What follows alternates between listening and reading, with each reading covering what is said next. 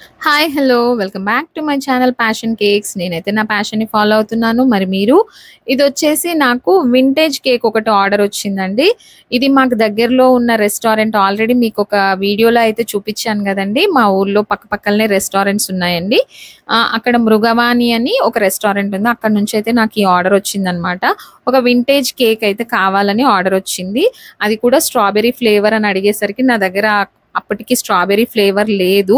ఇంకా సరే అని ఒప్పేసుకున్నానని ఇది ఓన్లీ హాఫ్ కేజీ వరకే బ్యాటర్ వేసి ఈ కేక్ అయితే చేశాను. ఆల్మోస్ట్ నా దగ్గర అయితే స్టాక్ ఉంటాయి గదండీ ఎప్పుడు. ఆ విధంగా కాకుండా ఫ్రెష్‌గా అయితే చేశాననమాట ఇది. ఎందుకంటే చెప్పాను గదా! స్ట్రాబెర్రీ ఫ్లేవర్ అయితే లేదు. ఇది కొంచెం ఒక డ్రాప్ యెల్లో, ఒక డ్రాప్ పింక్ అయితే యాడ్ చేస్తే మనకి ఈ విధంగా పీచ్ కలర్ అయితే వస్తుందనమాట.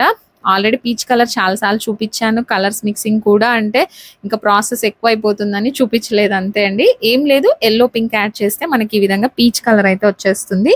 వాళ్ళు చూపించిన ఫోటో ప్రకారం చేస్తూ ఉండడానికైతే ట్రై చేశాను. స్ట్రాబెర్రీ ఫ్లేవర్ కాబట్టి కేక్‌లో ఎసెన్స్ వేశాను. మళ్ళీ ఇప్పుడు స్ట్రాబెర్రీ క్రష్ అయితే యాడ్ చేశాను.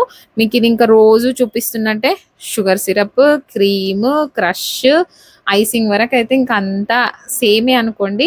కాకపోతే ఇవి చేయడం కూడా గమనిస్తూ ఉంటే కొత్త వాళ్ళకైతే బాగా అర్థమైతుంది. అందుకోసమనైతే నేను పెట్టడానికి ట్రై చేస్తున్నాను. మీరు బోర్‌గా ఫీల్ అయితే స్కిప్ చేసుకొని చూడండి పాత వాళ్ళైతే. ఎందుకంటే ఏంటక్క రోజు ఇలాగే పెడుతున్నావు అని అనుకునే వాళ్ళకి చెప్తున్నానండి. ఎందుకంటే నేను కూడా ఏదన్నా విషయం మీకు చెప్పాలంటే మీకు వీడియో కనిపిస్తూ ఉంటే అర్థమవుతుంది గదండీ! అందుకోసం అనమాట. ఓకేనా?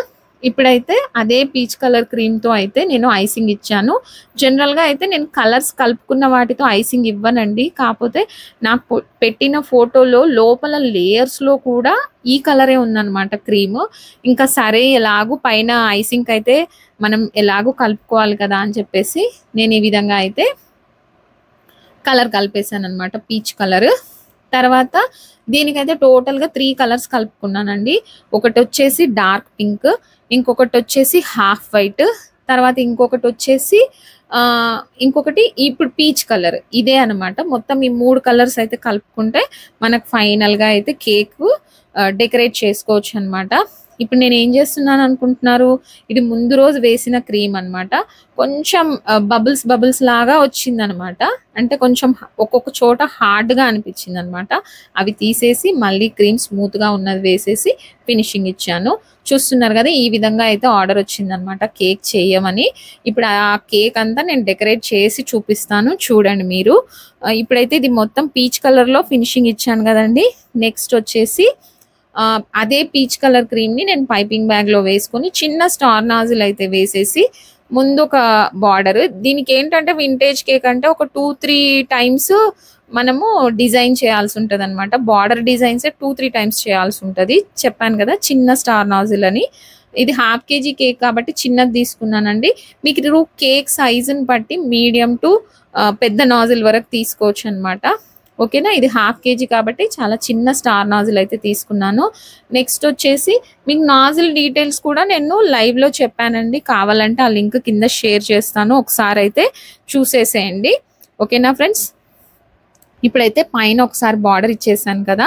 తర్వాత ఈ విధంగా డార్క్ పింక్ కలర్‌దైతే ఈ పింక్ కలర్ గూడా నేనేం చేశానంటే డీప్ పింక్ అని దొరికిందండి. దాన్ని యాడ్ చేస్తే ఎంత పింక్ కలిపినా పింక్ అవ్వట్లేదని జెప్పేసి నేను కొంచెం రెడ్ కూడా యాడ్ చేశాను.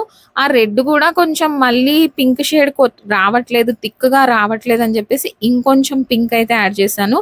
ఈ విధంగా రెడ్ అండ్ పింక్ యాడ్ చేసి ఫైనల్‌గా అయితే ఈ కలర్ తీసుకొచ్చుకున్నాననమాట. ఓకేనా?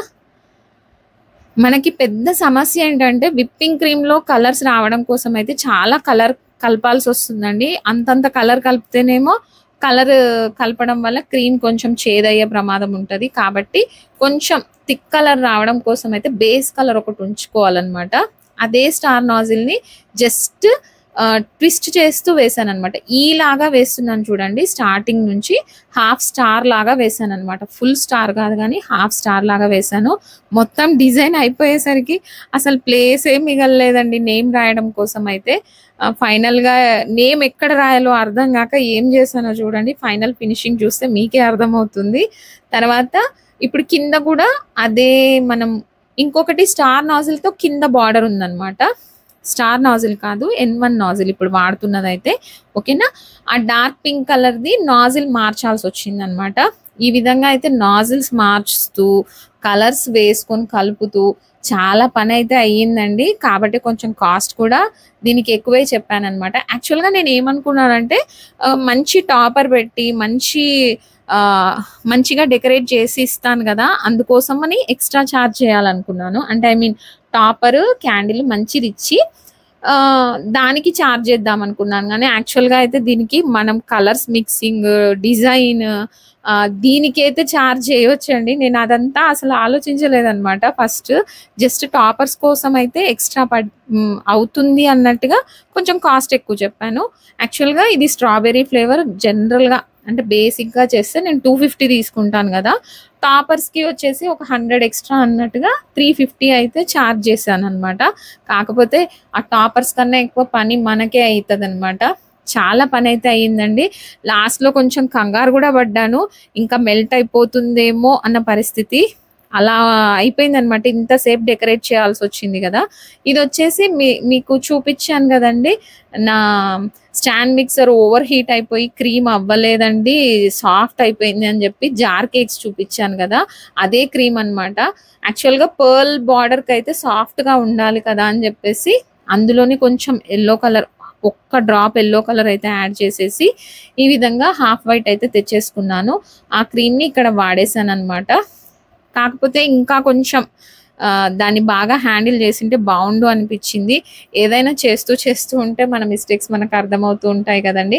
యాక్చువల్గా నా ప్రాబ్లం ఏంటంటే ఇది చాలా సేపు అయిపోయింది అనమాట. అప్పటికే అంటే క్రీమ్స్ కలుపుకోవడము, దాన్ని ఫ్రిడ్జ్లో నుంచి తీయడము, పెట్టడం, అలా చాలాసార్లు అయిపోయేసరికి ఇంకా లాస్ట్కి ఇంకా ఎంత తొందరగా పాసిబుల్ అయితే అంత తొందరగా ఫినిష్ చేసి ఫ్రిడ్జ్లో పెట్టేయాలని డిసైడ్ అయిపోయాను అనమాట.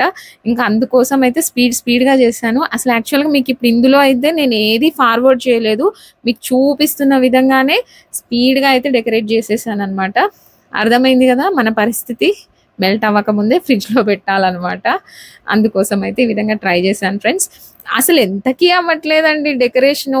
ఫోటో చూస్తున్నాను, చేస్తున్నాను, ఫోటో చూస్తున్నాను, చేస్తున్నాను. ఎన్ని బార్డర్సో, ఎన్ని డిజైన్సో.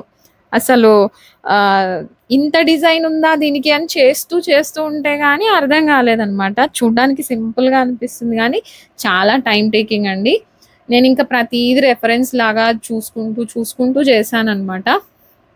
కాకపోతే ఇంకొంచెం టైం తీసుకొని చేస్తే ఇంకా నీట్గా వచ్చేదేమో అనిపించింది ఫినిషింగ్. కాకపోతే ఇప్పుడు కూడా ఓకే అనుకోండి. కాకపోతే నేను ఇంకా 100కి ఒక 80 మార్క్స్ వేసుకుంటాను నాకు నేనే. ఎందుకంటే ఫినిషింగ్ ఇంకా వచ్చేదేమో కొంచెం నిదానంగా చేస్తే అనిపించింది అనమాట. ఓకేనా. ఇప్పుడైతే అదే N1 నాజిల్తో ఈ విధంగా అయితే ఇచ్చాను. తర్వాత మళ్ళీ పీచ్ కలర్ది అయితే ఈ విధంగా రోజెట్ లాగా ఇచ్చాను. చెప్పాను కదండి, వేస్తే కొద్దీ వస్తుంది డిజైన్ అయితే. తర్వాత మళ్ళీ ఆ రోజెట్స్ కింద కూడా హార్ట్ షేప్లో హాఫ్ వైట్తో డిజైన్ ఉందన్నమాట. కాకపోతే నేను చూసిన కేక్లో ఇంకొంచెం హైట్ ఉండి డిజైన్ కొంచెం సన్నంగా ఉందన్నమాట. ఐ మీన్ ఇప్పుడు నేను ఇచ్చాను కదండి కర్వ్స్ లాగా హాఫ్ వైట్తో, అది కొంచెం సన్నగా ఉంది. నేను పెట్టిన హోల్ కొంచెం పెద్దగా ఉన్నట్టుంది. కాకపోతే డిజైన్ యాజ్ ఇట్ ఈజ్ చేశాను కానీ కొంచెం సైజెస్లో డిఫరెన్స్ వచ్చిందనమాట. ఓకేనా. అదొక్కటి మీరు గమనిస్తే అర్థమవుతుంది. ఆ విషయం కూడా నేనే చెప్పేస్తున్నాను. ఓకేనా.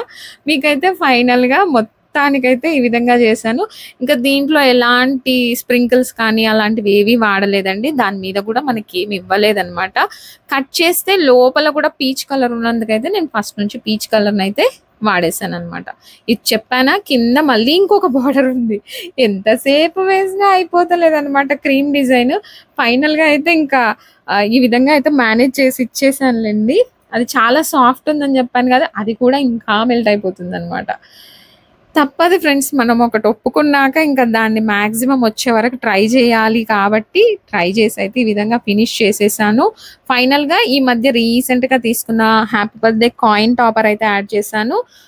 డస్టింగ్ చేసి కాయిన్ టాపర్ యాడ్ చేశాక నాకు నేమ్ ఎక్కడ రాయాలో అర్థం కాలేదు. అప్పుడు ఏం చేశానంటే ఒక డైరీ మిల్క్ చాక్లెట్ తీసుకొచ్చేసి నేమ్ అయితే రాసేసి ఫైనల్ ఫినిషింగ్ అయితే ఇచ్చేసాను అనమాట. అది కూడా చూడండి, కంప్లీట్గా స్కిప్ చేయకుండా చూసేయండి.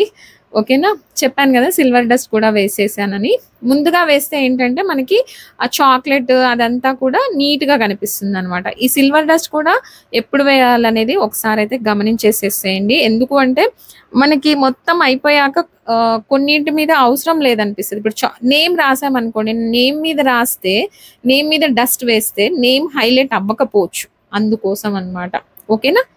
చెప్పాను గదా కాయిన్ టాపర్ అని. ఈ విధంగా అయితే అది నాకు చాలా బాగా అనిపిచ్చిందనమాట. దీనికేదో సెట్ అయ్యేలాగా ఉంది అనిపిచ్చింది. ఫస్ట్ టైమ్ అండి కాయిన్ టాపర్ వాడాను. నాకైతే చాలా బాగా అనిపిచ్చిందనమాట. నేమ్ అక్కడ రాద్దామని చూసాను. కాకపోతే అదంతా డిజైన్ మీద పేరు కనిపిస్తుందా లేదా అని చెప్పేసి డౌటొచ్చిందనమాట. ఇంకా తప్పని పరిస్థితే ఈ విధంగా డైరీ మిల్క్ రూ. 10 చాక్లెట్ అయితే తీసుకొని నేమ్ అయితే రాసాననమాట. పేరు కూడా డిఫరెంట్‌గా ఉందండి. ధృతిల్ అంట. థర్డ్ బర్త్‌డేనంట. థర్డ్ క్యాండిల్ గూడా ఇచ్చాననమాట. 3 నంబర్‌తో ఉన్న క్యాండిల్ గూడా ఇచ్చాను. కాపోతే అదైతే ఇక్కడ వీడియోలో అయితే ఏం యాడ్ చేయలేదులెండి. ఓకేనా ఫ్రెండ్స్. ఈ రోజుకైతే ఇంతేనండి. మరొక మంచి వీడియోతో మళ్ళీ కలుసుకుందాం. అంతవరకు ఉంటా. మీకు నచ్చితే మాత్రం లైక్, షేర్ అండ్ సబ్స్క్రైబ్. ఓకేనా. Bye once again.